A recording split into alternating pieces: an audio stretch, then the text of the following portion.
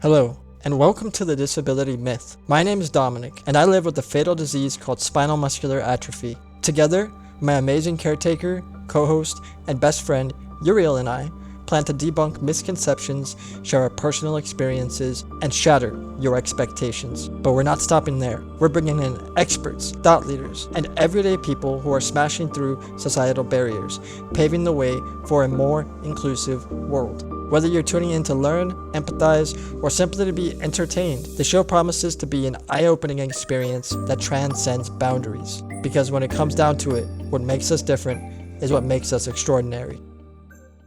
Welcome back to another episode of the Disability Myth. I am, of course, your handsome and humble host, Dominic Trevathan. Alongside me, as always, is the equally handsome and humble Uriel. Hi. You forgot Hammy this time. I'm sorry, I forgot. The handsome, humble Hammy. He's not camera ready, I guess. Yeah. So today we have a very special guest in the form of Shari Bookstaff, a marine biology professor, a brain surgery and stroke survivor, and most importantly, a San Francisco 49ers fan. Got to cover the big things. Thank you very much for having me today. Yeah, we're super Welcome. stoked to have you. Welcome. What school do you teach at? I teach at a community college called Skyline College, and it's near San Francisco. All right. So I live in the Bay Area. That's where my Niner fandom comes from. Yeah. Okay. Perfect. Because the first question I had on here was, tell us about your history of the 49ers. Right. Well, I grew up in Wisconsin. So I grew up like Packer fan. the Green Bay Packers. Yeah. Yeah. But I always considered myself more of a football fan. Like I liked the game, and I wasn't a diehard Packer fan. Sorry, Packer fans out there that are gonna like yell at me for this. But then I moved out to California in 1986 to be a marine biologist because there's no whales in Lake Michigan. So I moved out here, and right when I moved out here is when the Niners were just hitting their peak, and it was hard not to be a fan of a team that's the team of the 80s. It was a really big time for the Niners. So I got to be a really big Niner fan pretty quickly when I moved out here. Yeah, Uriel doesn't follow sports super closely, especially American football. So like I've always kind of talked to him about the 49ers because, I'm a fan. And, like you were saying, if you're around in the 80s, I think the two major big teams that were popping off at that time were the Niners and the Cowboys, right? Right. Oh, and it was a big rivalry. Yep. Like we hate the Cowboys. No, we don't like the Cowboys. Yeah. I won't use the word hate. We don't like the Cowboys. You should have seen the look on Dom's face when I watched a 49ers game with him for the first time, like a while back, and I saw Brock Purdy just like throw the longest ball. I'm like, oh, that's crazy. Yeah, Brock Purdy is amazing. He is elite. And his story is amazing. Yeah. Oh, yeah. So, I mean, I actually wrote a blog about him because how scared he must have been that very first game that he played against Tom Brady, of course. And, just how did he get through that? And they had to be with the empathy of his teammates. So that really did come back to empathy, and just you gotta get over that. I mean, that was amazing, that first game that he played against Tom Brady. Yeah, that's why I love football. It's a true team sport, I think. And that being said, it requires a ton of empathy and relying on your teammates to pull you up when you're down. Right. For sure. Right. So that's kind of the topic for today. But before we get into all that, just a couple more questions for you, Shari. Yeah, because I've always been a huge fan of the ocean. When did you discover your love for marine biology? When I was a kid. When I was a kid growing up in Milwaukee, Wisconsin, I knew that I loved the ocean. So we would go to there was an aquarium, big aquarium in Chicago called Shad Aquarium, and we would go there every year on my birthday. So I grew up, loving the ocean, but loving it from afar because I, loved it on TV and I loved it by going to aquariums. I didn't grow up living near the ocean, but every chance I got, I learned how to scuba dive when I was 16, and we went to Florida and I got to scuba dive in Florida and things like those. It was a very vacation oriented dream that I had. But That's then, cool. then I wanted to pursue it in graduate school. I could never. I'd be too scared. When I was a kid and I used to go to a junior winter sports camp in the summer, they would offer scuba diving as part of Yeah. the activities in the pool at UCSB. And every time they offered it, I was like, nope, I'm good. That's too scary. I don't want to dive. Right. I mean, I did it, but I was never not scared. I was never like comfortable breathing Mhm. underwater. There's nothing natural about it. So Right. I always had to overcome that fear of breathing underwater. I once went scuba diving at night in a cave with my instructors. So as soon as we're motoring out in the start, pure darkness, you can't see anything except for where your flashlight is. And we're going to go scuba diving in the cave, and I'm like so scared. And then one of my instructors, because I was on a trip with them, said that they would be my dive buddy, and then I relaxed. So again, you have to have that connection with somebody else, with another Yeah, person, and that was an amazing experience. But I was still, scared. I don't do it anymore. I can't, I haven't done it in a really long time. But gotcha. it's not ever something that came naturally to me. Yeah, no, that sounds terrifying. Yeah, well, it just reminds me how adaptive humanity is, like human beings, just to go through stressful situations like that normal animals usually wouldn't put themselves in. Right, right. Why are Right, you it's doing correct. this? Right. Yeah. Like I would never jump out of a plane. But Exactly. All right. Well, we've covered the ocean, we've covered the 49ers. Let's dive into the other kind of big point that I mentioned in your little intro here. The fact that you are a survivor of a brain tumor and a stroke. right. Do you mind telling us a little bit more about? No, not at all. And back in 2006, I was, going along with my life, happily divorced, happily uncoupled, as some of the people would say, but happily divorced. I was raising two children. I had two kids living with me on my own, two dogs. And then all of a sudden I started getting dizzy and nauseous just out of the blue. So I kept going to the doctor. The doctor kept saying, don't worry, you just have vertigo. It'll go away by itself. It took months of that misdiagnosis of being told, go away, it's nothing. And then finally they had me go to an ENT, had me do an MRI, and they found a pretty large tumor in my brain, and a benign tumor, so it was never cancerous, but it did have to be removed because I was having pretty severe symptoms. So I had surgery, and they said that it would be easy. They said it would be. They actually used the word routine to Hmm, describe my 13-hour brain surgery. They said 13 that I'd be hours. home. Yeah, they said that I'd be home Wow. within 5 to 10 days. I wouldn't have any lasting effects. I'd be able to go back to work. I wouldn't need any physical therapy. Well, something happened and I had a stroke and I was in the hospital for almost 9 months. Wow. And obviously my recovery is honestly the rest of my life. And I'm always recovering. Yeah. So it did really change my life and really um changed my life. So yeah, can you tell us a little bit more about your recovery then? Like what symptoms have you been left with that impacts your life?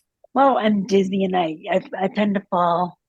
Okay. Not as I fall, probably fall more than I should, but I tend to fall like out of nowhere. I'll just fall down. I mean, it's kind of funny because it looks like when somebody in a movie falls, like in slow motion. That's how anybody would describe me falling because it In just is slow motion. very slow. And usually somebody can catch me before I hit the ground, but sometimes not. So, but I have that, and I have some weakness in half my body, some lack of feeling in half my body. So every part of my body is affected in a different way. Gotcha. My face is affected, which is the most disturbing thing to me because that's, your smile. Yeah, you And communicate a lot with your face, right? right. And people actually, the medical professionals think that it's okay to point it out. Say, oh, is that why your face is like that? Okay. You don't you don't need to point it out. Like I know, That's like so it's kids will just look at me and be like, "Why you look like that?" right. Well, with kids, you kind of understand But that like a they're medical kids. professional, you But a expect more. medical professional, right, you Yeah. expect a little more consideration and That's not even empathy. That's just basic, human don't say Yeah. mean things about people kind of thing. Yeah. But my recovery, I came home from the hospital. When I first came home, I was using only a walker to walk. So I had bought two walkers, one for downstairs, one for upstairs, because I have stairs in my house. Okay. And I was able to go up and down the stairs hanging onto the railing. And the railings, I have two railings. Hmm. And, I just use walkers. And over time, I transitioned to a cane and then to nothing. So like right now, I've been standing the whole time. Oh wow. There was I thought one, you were there just was sitting. one, no, I'm standing. There was one point in my rehab where I could stand like this for 9 seconds. And I do like to point that out because it was 9 seconds when I came That's home from the hospital. yeah. It was only with a walker. Doctors had said after a year you don't really see improvement with brain Yeah. injuries. And honestly, after a year, I was still only walking with a walker. There was no way I could have stood like this. That's So wild. I think that prediction, if they tell patients that gets in their head and it comes true.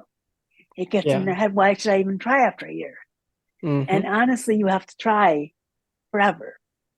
And I Yeah. equate that to somebody who can still improve like their golf game when they're in their 50s. You Yeah. can still improve your golf game. Somebody with a brain injury can still improve their walking. Yeah. So, part of it is just never give up. I went to an adaptive physical education program that they had at my school. So I knew the instructor really well. And he just pushed me really hard, like more than physical therapists push you. Because he had this way about him where he could push me past my limits, but never make me like cry, never Yeah. make me upset.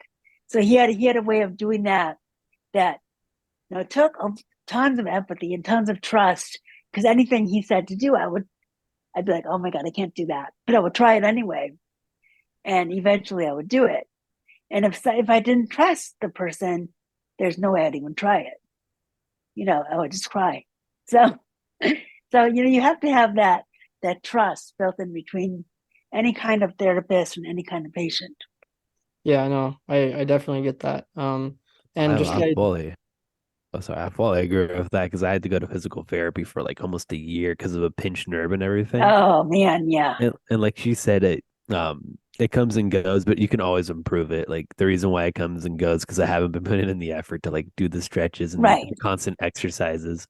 Exactly. Like I'd have a pain in my knee and he'd give me exercises for it. I would do the exercise, the pain would go away. But if you stop doing the exercises, the pain comes back. It's like, Right. yeah, Because people fall into that weird pitfall. It's like, oh, once I'm injured, all that, it's it. But no, your body's right. incredible. Like And it's not. Yeah, the yeah, muscles and the joints, everything, they're constantly adapting.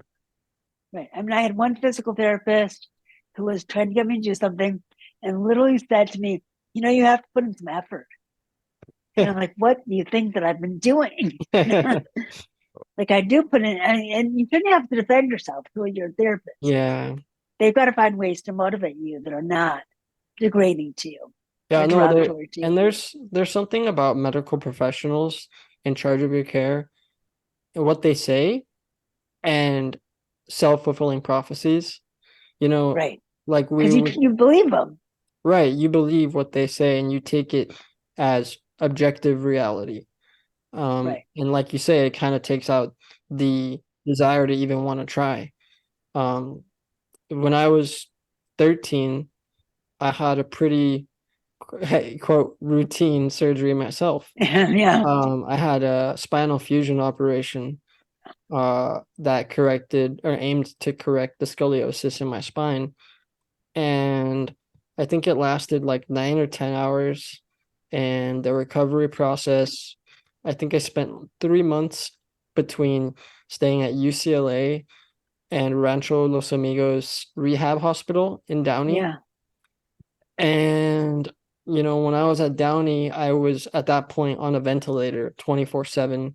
Oh, Uh, wow. I was trying to get weaned off of it and breathe on my own, trying to sprint without it. And I could do like 3 or 4 hours at a time. And then eventually my lungs would just give out and be too tired to keep breathing on my own, and I'd have to get back on it. And the doctor even told me, you're just gonna have to accept that you're gonna be ventilator dependent the rest of your life. And I mean, like I never said anything out loud, obviously, because I'm kind of Right, too much of a goody two shoes. But in my head, I'm thinking like, screw that. right, And nowadays I'm only on it when I sleep, like 8 hours, right. 9 hours a day. Oh, So good. Yeah. no, Yeah. See, there's that's the thing. You're afraid to talk up to your doctors, yeah, talk yeah, back to there's your doctors. it's a really But weird if you, phenomenon. But yeah. right, but if you can, like I once had somebody trying to take blood from me, and I've had a lifelong fear of needles. So he's trying to take blood. I Mm. was told not to eat anything because it was a fasting blood draw, and he like scolded me for not drinking water. And I was like, I didn't know I could drink water. And then I said to him, maybe we should get someone else to do this because you're not being very nice. And Mm. then that me saying that to him woke him up, and he was really nice after that. That's But like, funny. how many patients cannot do not speak up for themselves and Yeah, just take it? So I think it's always good to be able to say something yeah, because they're people too, yeah, and they're having a bad day. They're having a whatever day, and they're doing tons of blood draws. All they see is your arm. They don't see anything else, and they should, but they don't. right, So maybe waking them up to that. right. Yeah, and I think that's kind of the whole point of this episode. We want to talk about empathy specifically in the healthcare system. The general myth seems to be that people assume that if you have a disability, that you cannot understand or communicate well enough for yourself, and they instead tend to defer to your caretaker or whoever's with you when you're at the hospital. Right, And right, you know I'll say definitely I've experienced this myself. There's a phenomenon, unfortunately, of uh healthcare workers that lack empathy. There are those that have it, but there are definitely those that don't. And right, those that don't definitely make our lives that much scarier. Like I right, was telling you, I spent several months in the hospital myself, and I have at home shift care nursing, so I have good amount of experience with healthcare workers myself. right, right, And right. yeah, when you live with a disability, you're likely just innately in a much more vulnerable position Right, than you right, otherwise would be, which is why empathy is so important, not just in a medical scope, but in general, right? right. I would actually give a third category. You said there's people with empathy and those without. I would say there's those with empathy, but that don't express it. That don't Okay. express it. And that's what I'm trying to do. I'm trying to go in because I do talk to healthcare professionals, and I go in assuming that they have empathy Hmm. because why else would they go into healthcare, right? And I Right. know that's kind of rose-colored glasses, but whatever. That's what I assume. But I assume that sometimes they don't know how to express it because Hmm. they've had a bad day. They've had so many patients. They've had just so much going on, and they forget that it's really important to express it. There's Yeah. also this myth that expressing empathy will end up taking more time, and I know that they're very short on time. So when I give my talks, I do try to give tips on connecting to their patients in an instant. And that basic connection, that basic human connection, that is empathy.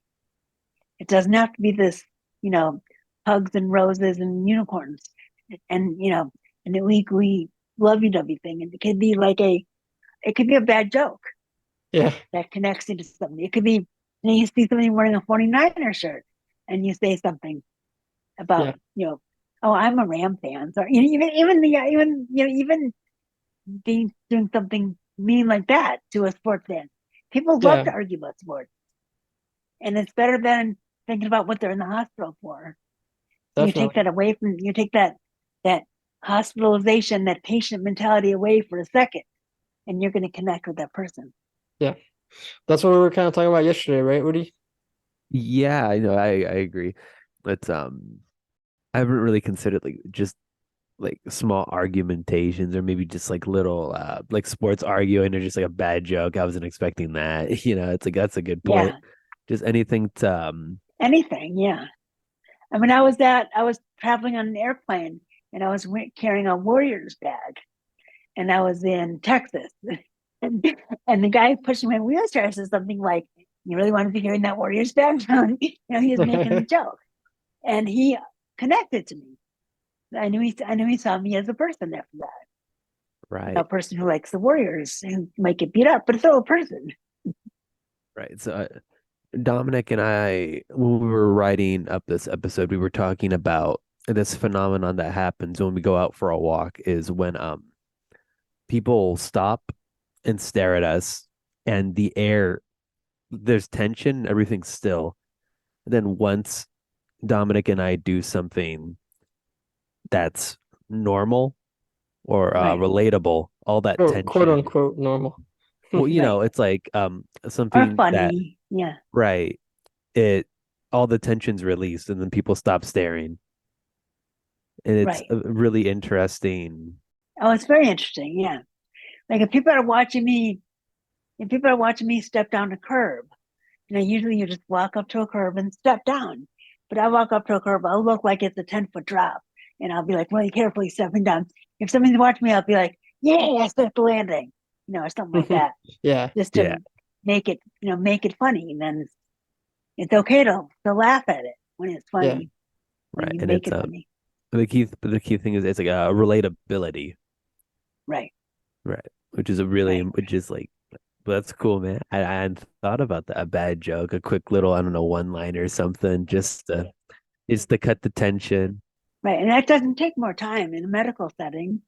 How Right. much more time does that take? And plus, if your patient is then cooperating with you, that saves so much time. Yeah, it And goes by more smoother.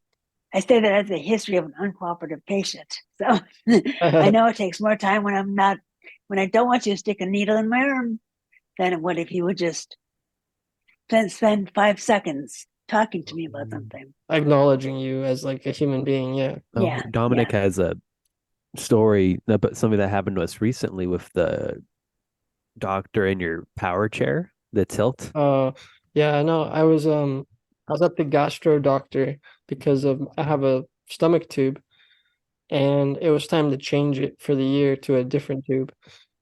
And I'm in my power wheelchair, and in my power wheelchair, I'm able to tilt back, so that way I can basically lie down in my chair. And I asked the doctor how far back he wanted me to lie. That way he could do the little, change out a little easier. I was trying to be empathetic and accommodating. And um I'm trying to remember what he said. I asked, is that good? And he's like, it's a good start. And I'm like, okay. Like, I don't gotta be a What wise more do you want me? Right. guy. Right. There's a time for sarcasm and there's a time for not sarcasm. Yeah, like you're literally about to pull a piece of plastic out of my intestines. I'm already pretty tensed up, and you just, Right. you're over here kind of giving me a hard time.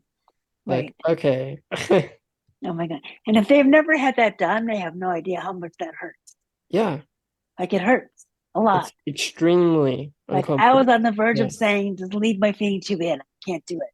yeah, And then their big medical procedure for pulling out a feeding tube is grab it and pull. yep, That's their procedure. There is no way to ease it out gently. It's just pull. yeah. So it hurts.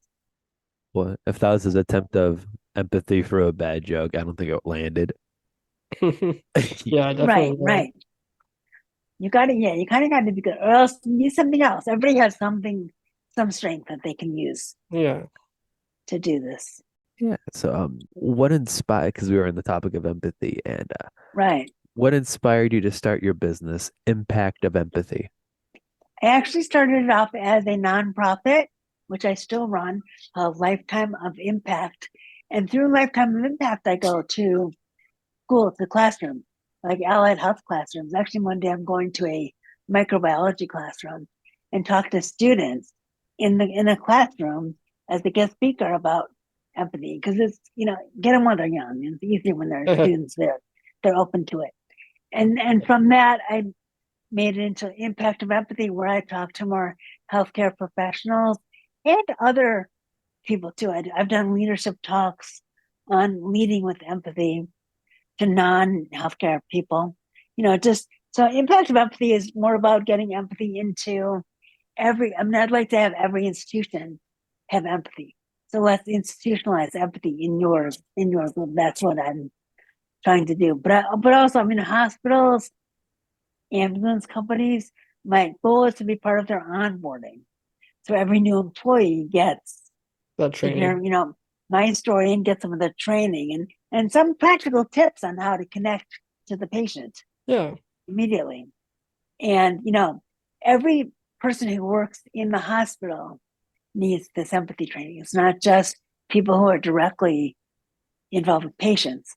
I mean, I've not liked a doctor because the person at the front desk wasn't nice. Hmm. That's this, and you set up the patient for the doctor. So if the patient's already kind of mad because of how the receptionist treated them, they're not going to be as cooperative with the doctor. Yeah. That is going to affect how you act and how that whole visit goes. Right. So Impact of Empathy, I'm just trying to get through to on a larger scale, get empathy involved in every transaction. Okay. So along those lines, then, how specifically do you define empathy? Because in my head, when I was talking to Uriel about this episode initially, I was thinking like, well, I feel that when I express empathy, I also kind of need to express vulnerability because I need to kind of step out of my shoes. I need to be vulnerable enough to do that and step into somebody else's. Yeah, I mean the textbook definition of empathy is that feeling, getting a feel for what someone else is feeling. I Mhm. kind of expand it to expressing empathy. It could be a smile, it could be a handshake, it could be a hand on the shoulder, it could be anything. And what I say is that empathy is inside of everybody, and you just need to let it out. It could be that bad joke, and that's empathy. Empathy to me is just making a connection that Yeah. makes somebody else around you feel better. Yeah. So Okay. I do kind of broaden the definition of empathy, because I don't want people to think, oh, I'm not that nice. I don't want to be empathetic. I once had a nurse at an ER who was everybody else in the ER was not pretty empathetic. And then this one nurse was like, oh my gosh, what did you do to yourself? She's just kind of not scolding me, but teasing me. And I told her she was like the first person who was really, who I really liked and connected to. And she was like, oh, I thought I was kind of salty. And I said, well, I guess I like salty. So you can be salty and teasing. You do have to kind of know your audience. Yeah, But any connection you make to another human is empathy, and it's going to make them feel better. definitely. How how's your definition of vulnerability changed? Yeah, we were talking about this and Right. we kind of went through this thought process of it seems like people are more empathetic and more vulnerable almost when they're younger because of that vulnerability. They're more empathetic, it feels like. That was my kind of thought process. As you age, you become bigger, you become stronger, more knowledgeable. You become more of a provider for yourself. Your sense of pride, your sense of ego kind of inflates. And I think a byproduct of that may be a lack of empathy. And I do think that my disability and my situation since my brain tumor has made me have less of an ego Hmm. and more, I guess, more vulnerable. But I'm much more willing to accept help, and that's the thing that was so hard. It's so hard for people to accept help from other people. And Yeah. when Right. you can accept help, that's being vulnerable, and asking for help is really hard. But usually if somebody would say, oh, can I get that for you? I would say, oh, no, I got it. But I'm like, oh, yes, please. So Yeah. that kind of thing is, I guess I have gotten more vulnerable. And I wrote a book about my whole experience. So Yeah, I'm let's plug that. What's definitely what's your book open. called? The book is called When Life Throws You Lemons Make Cranberry Juice. Cranberry juice. Of Oh, course. yeah, that's right. Cranberry. And where that comes from is that, when life throws you lemons, everybody's got lemons. And when you have those lemons rain down on you, other people always say to you, don't, whatever doesn't kill you will make you stronger. God won't give you anything you can't handle. You need to look on the bright side. You need to be more positive. And when life throws you lemons, make lemonade. Well, those things might be, those cliches might be important. It might be something that people need to hear. When people said that to me, I wanted to punch them in the face. So when I went to write my book, I did a play on that. When life throws you lemons, make cranberry juice. And what that means to me is that everybody knows what lemons are. And I see cranberries as the sweet parts of life. So what I'm saying is that you can't sweep your lemons under the rug and ignore them and turn them into something else. But you can accept those sweet cranberries into your heart and into your life, even though you're undergoing all these horrible lemons. Yeah. Because it does help to change your frame of mind. And then you can accept and deal with your lemons. Your lemons are still going to be there, and you still have to deal with them. But if you can put them aside and deal with them when you're in a better mental place, that's what the cranberries do for you. Yeah. I So love it it. does have a meaning to me. Makes you a little thirsty too. Oh, Yeah. yeah. I'm a big Well, cranberry juice fan. one of my favorite drinks was mixing lemonade with cranberry juice. And that's where I got that. I was a naturalist on a cruise, like the year before my surgery. Yeah. And, the free drinks were lemonade and cranberry juice. And Okay. mixing them together was just awesome. That sounds really, wild. I really feel like I good. would makes me want to like pucker up my lips. Like that would be so tart, I would think. But cranberry juice is really sweet. So you're mixing the sweet and the tart. Gotcha. Okay. Oh, that's excellent. I mean, that brings up an important point because Dominic and I have alluded to this in previous episodes, but in Dom's case, he's always had SMA, and it's something that he's always had to adapt around. And he's Right. mentioned a burden complex where he doesn't want to bug people or bother people or asking for help. Yeah. And that when one is independent and they have that ego and their pride, and all of a sudden the next day, they're It's disabled. really hard. Yeah. Yeah, It's really hard. right. And that's what I would tell like friends of the person undergoing the tragedy. Don't ask if there's something you can do. See what needs to be done and just do it. Or say, do you need a lift to the grocery store? But I'm going to the grocery store. I'm happy to pick up something for you. Yeah. Think of something specific that they might need. Because if you just say, call me if you need anything, they're never going to call you. You have to say, I'm doing this. Can I help you with this? Yeah. And then you find your people who can help you Yeah. with stuff. Okay, this is kind of off topic, but not. I just kind of thought of this on the spot.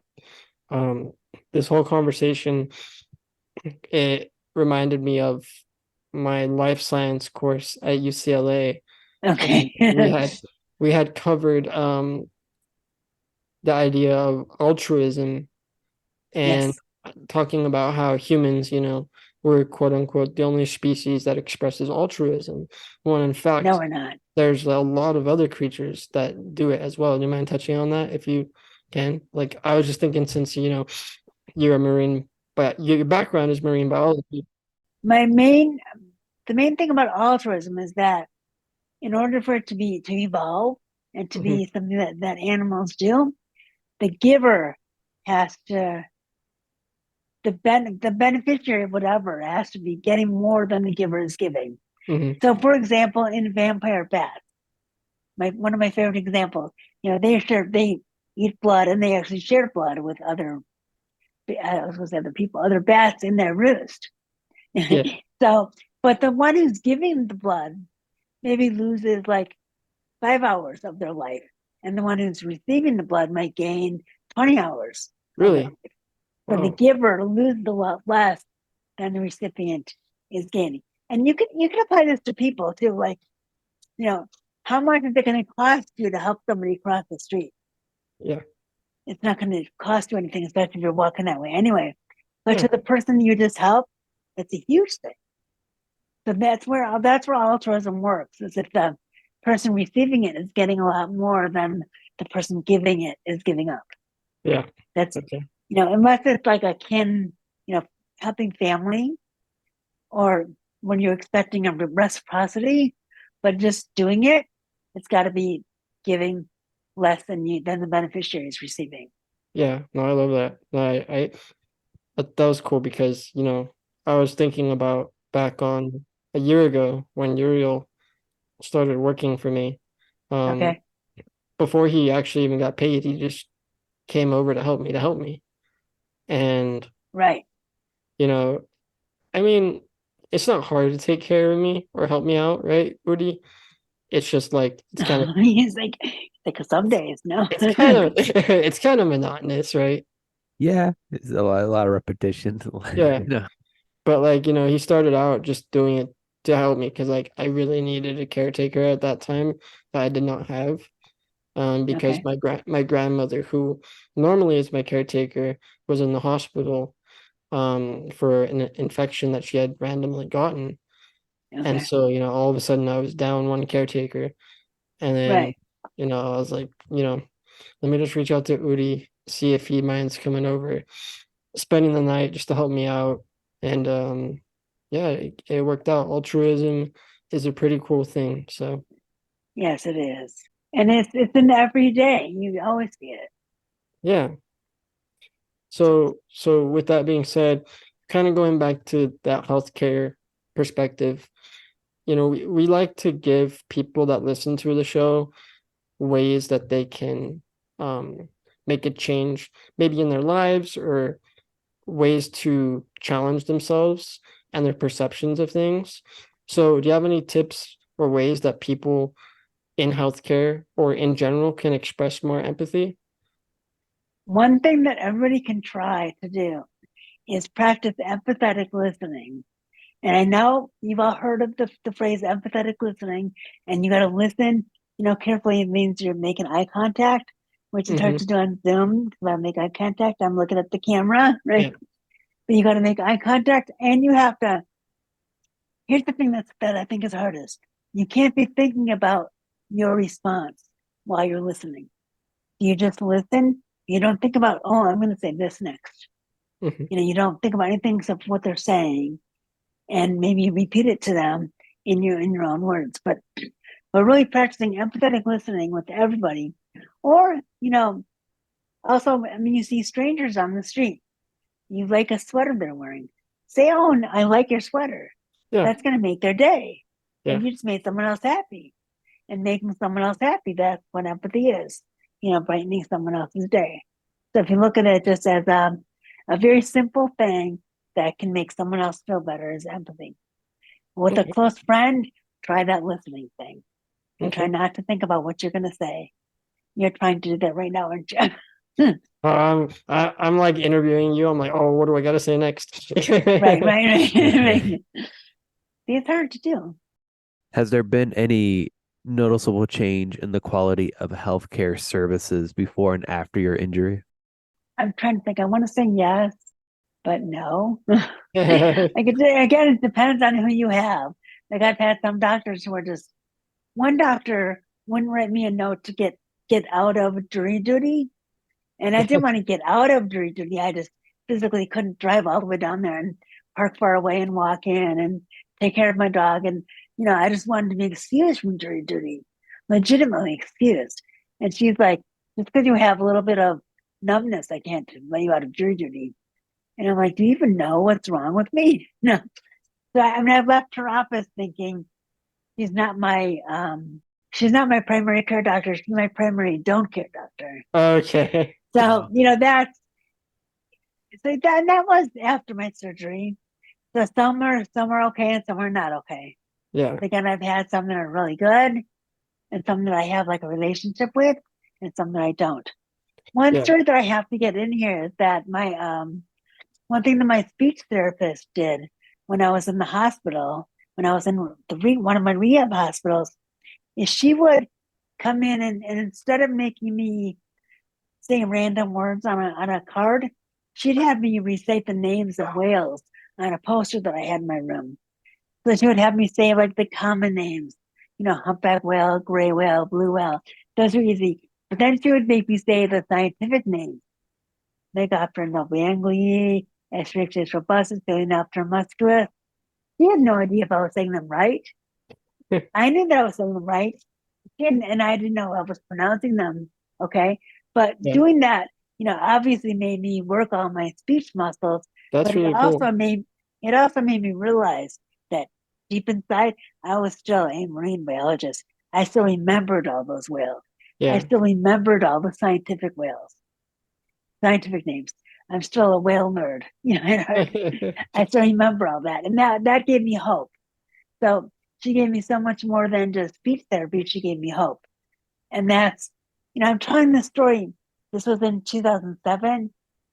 I'm not a mathematician, so I'm not sure how long ago that was, but it was pretty long ago. Yeah. And I'm telling you like it was yesterday, and I still keep in touch with her. Yeah, no, that's because awesome. she loves hearing that story because it was a great way to connect with me immediately. No, that's crazy. Just like one little, therapy session can make such a big difference. Not even the therapy session, but just the sentiment behind like what she was asking you to do can And she make got the therapy world of done at the same difference. time. So we Yeah. didn't waste time. That was part of my therapy. She Mhm. also had me on the phone. I have a cousin who lives in England, and she had me do a phone call with this person. So talking on the phone when you can barely speak was really challenging. But she had Yeah. like a double headset, so she could, be my safety net. But that also was another thing that she did that made me connect to my cousin, let my cousin know that I was, relatively okay, that I was still Yeah. alive, Yeah. contrary to rumors. And, it just, that really made me, that was another really strong, empathetic thing that she did that connected to me and connected me to my life. What an awesome speech therapist, because like She's an she's awesome speech therapist. yeah, because Hi, Michelle, if making you're watching this. yeah, Mhm. making you practice just everyday conversations and like incorporating the things that you care about, right? Right. Because regular speech therapy exercises, nobody actually speaks like that. No, you read or you read a paragraph out of a newspaper. And it's like, Mhm. I don't want to read from a newspaper. That's not my passion. Let's Yeah. connect my passion to what we're trying to do. That's always going to be better. I would have to read like a list of like Pokemon names There you go. See, or there's always 49er something 49er for players. not a players, right? Yeah. Right. Well, I had the whale poster in my room. I didn't have a Steve Young poster in my room, so she worked with what she had. God, my well knowledge is limited. Put myself on blast. I know there's what it's the baleen whales, the mystistic, and then the Mystices, the mystices, yeah, and then the other mystices. ones are toothed Oh, whales, oh, Datases, dentices. correct. Right. Yeah, I remember. Very good. Way to flex. That's a cool memory though. Uh, on the other side though, do you have any memorable experiences regarding like a lack of empathy that really stand out to you? I mean, one thing when I was even in my first hospital, my brain surgeon would come in and do all these really painful tests to me and then leave me in this super uncomfortable position, assuming that the nurses were going to come in and fix me. But the Mm, nurses, weren't coming right back. And he even made a joke once. He says, "It's like we were never here." And of course, you're leaving me in not only uncomfortable, but in pain. yeah. So that was really unempathetic. I felt that he did Yeah. that. And then there's a jury duty doctor more recently. You were telling us about the experience you had at a fair, I think, and like someone called the police on you. Oh my gosh. There's this best one in the town I live in Uh-huh. every year that I've gone to forever. And this was before my son could drive. And we went to the fair together, and it was a really hot day. As we were walking back to the car, I stumbled. I don't think I fell on the ground, but I stumbled. So this lady who didn't know me at all went up Hmm. to the police officer who was there and said, "I think she's drunk. Don't want to drive. I think she's drunk." So I talked to the police. I convinced them I wasn't drunk. And then this same lady goes, "Well, if she had a stroke, she should be driving." And the police believed her. So they made me, and my car was in the lot. They made me call a friend to come and get me. And then I had to wait for this friend to come and get me. And while I was waiting for the friend to come and get me, they kept saying, "Is your friend going to be here soon? Is your friend going to be here soon?" And I'm like, he wasn't like, on call. I mean, he has to come from another part of town. He has to drop what he's doing and come get me. So, that was, so police, yes, police definitely need this training too. Yeah. But that was, another example of just Yep. being That's just crazy to me treated. too. Yeah, because like the person that called the police twice, they weren't calling because they're trying to be a good Samaritan. They're just probably calling to be a Well, the nuisance. police were there because it was like security at this festival. Yeah, And they just said, "Don't let her drive because she's had a stroke." it's I'm crazy. like, you don't know anything about this, so yeah. And I did have some, I think, good meaning people call the police on me once when I was leaving a 7-Eleven because they watched me walk to my car, and then I saw them on their cell phone. So I wasn't surprised at all when the police came up behind me and pulled me over and said, "Have you been drinking?" And I was so tempted to say, "I wish," but You're like, if I had $1 for every time a police right, officer asked me if I'd right. been drinking. And I was like, "Oh, I haven't pulled up for drunk driving. Cool." But I obviously wasn't drinking. I can't even walk after I drink. Yeah. So no, I don't drink and drive. Yeah, But I always tell people I try not to drink too much because I gotta drive my chair, I gotta drive. Don't drink and right. drive. I gotta make it back to the car where somebody else can drive me home. Yep, Gotta make it back out to my bed. Yeah. yep. So, okay, last couple of questions, and then we'll let you go. Are there any challenges that come up when you're instructing for you regarding your disability? Like, for instance, when I was going to college, a lot of times, I never instructed, obviously, but a lot of times I'll have to either leave class because of my trach. I get really congested Right. and I need suctioning to kind of allow me to breathe easier because I can't clear out my congestion myself a lot. I don't have the lung strength. I only have Right. 40% lung function. Okay. So what I'll have to do when I get congested is leave whatever I'm doing and just go get suctioned. And so either that or just kind of suffer through a lecture and just not breathe. Right. When you can't breathe, that's not Yeah. fun. So obviously you don't have a trach, but anything like that. Right. Yeah. I mean, I did have a trach though in Oh, the okay. hospital. So I do know what it's like to have a trach. Yeah. But I don't really have that. And right now I teach online. When I was teaching in the classroom, I mean, I would have to sit down periodically. Okay. I'd have to sit down a lot. So I always had to have like some kind of an assistant there who would, walk around and talk to all the students. And on those rare days when my assistant couldn't be there, hopefully, usually by then it was well enough into the semester that I just made some of the students be my helpers.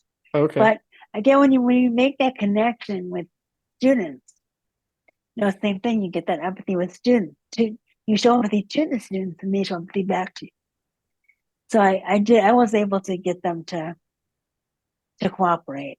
It's hard to get them to answer questions and be interactive with me, but that was hard before. That's always hard to do, it's always kind of a especially roadblock. on Zoom. But getting them, and you just don't have the energy to like argue with them as much as you did before. But it also was really fun when I used to bring my service dog to lab, because I would say to them, literally, if you answer a question, you get to pet the dog. And they would answer a question. So I would use him as a Uriel would get straight A's. Oh yeah, I would. use him as a prop. Yeah, so that was always fun. And but something like that. So and I'd have to like leave the classroom to go feed him or to go let him outside. And but I had a person with me, so it was okay. For lectures, because I do give these presentations, and I can get to the and these presentations, the audience is much more receptive because I'm there to talk about their career specifically, and talk about them interacting with their patients. And they love that. So they're much more receptive, and they do it. And when they understand that I really do want them to answer my questions, they tend to do that. So I wouldn't say I have problems, but I'm very open about, any disabilities that I have. And I think that really helps. They don't have to be shy about it. I Yeah. tell them I wrote a book about it. If they want to ask me anything, they can ask me anything they want. Yeah. So I'm very open with them about it. And I think that helps. Yeah, I think so too. Okay. Being open in general when you are visibly different from somebody, Right. especially, I find it to be helpful. Anything, but don't tell me my face is weird though. Just don't tell me my face is weird. That's like I know you don't need to say that. I think your face is cool, Shari. Oh, thank you. Right. Don't take the one thing you're most sensitive about and point it out to the world. Exactly. Okay. Yeah. You briefly covered or touched on it, but like this last question I have here was how do you incorporate empathy into your teaching, into your lectures?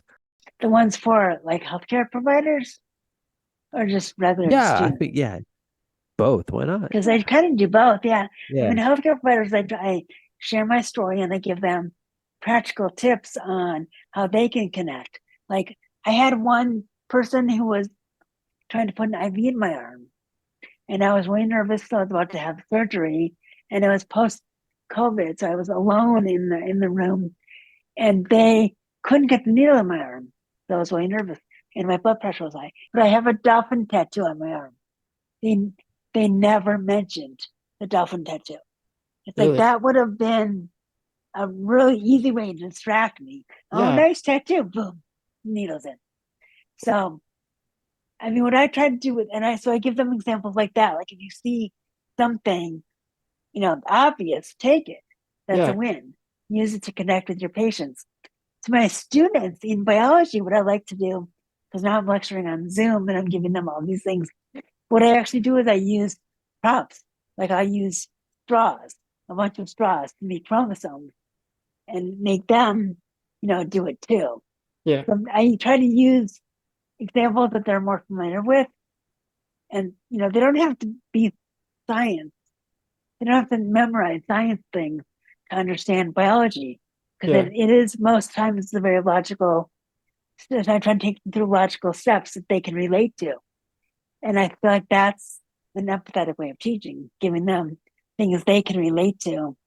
But, you just learn mitosis, but you don't even realize you learn mitosis because it's logical. Right. So that kind of thing. And I try not to make them memorize things. And if something's not logical, because sometimes things are not, I'll tell them this isn't logical. It's just, I had to make it up. It's just the way it is, But, trying to relate to how they're seeing it, which is tough after 30 years of teaching, relating to how they're learning it for the first time. But that's the trick. And that's what you need to do as a teacher. Okay. So before we go, do you have any final plugs? Anything you'd like to mention? When you talked about your book, anything on your website though? I'm actually redoing my website, but I am going to have, hopefully it'll be redone soon.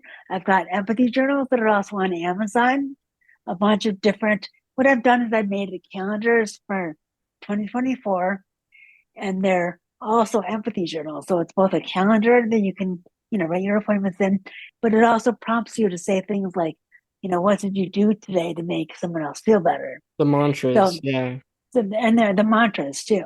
Yeah. So if anybody is interested in the empathy journal, since I'm a, biologist, they all feature different animals. I've got a toucan one, I've got a dolphin one, a whale one.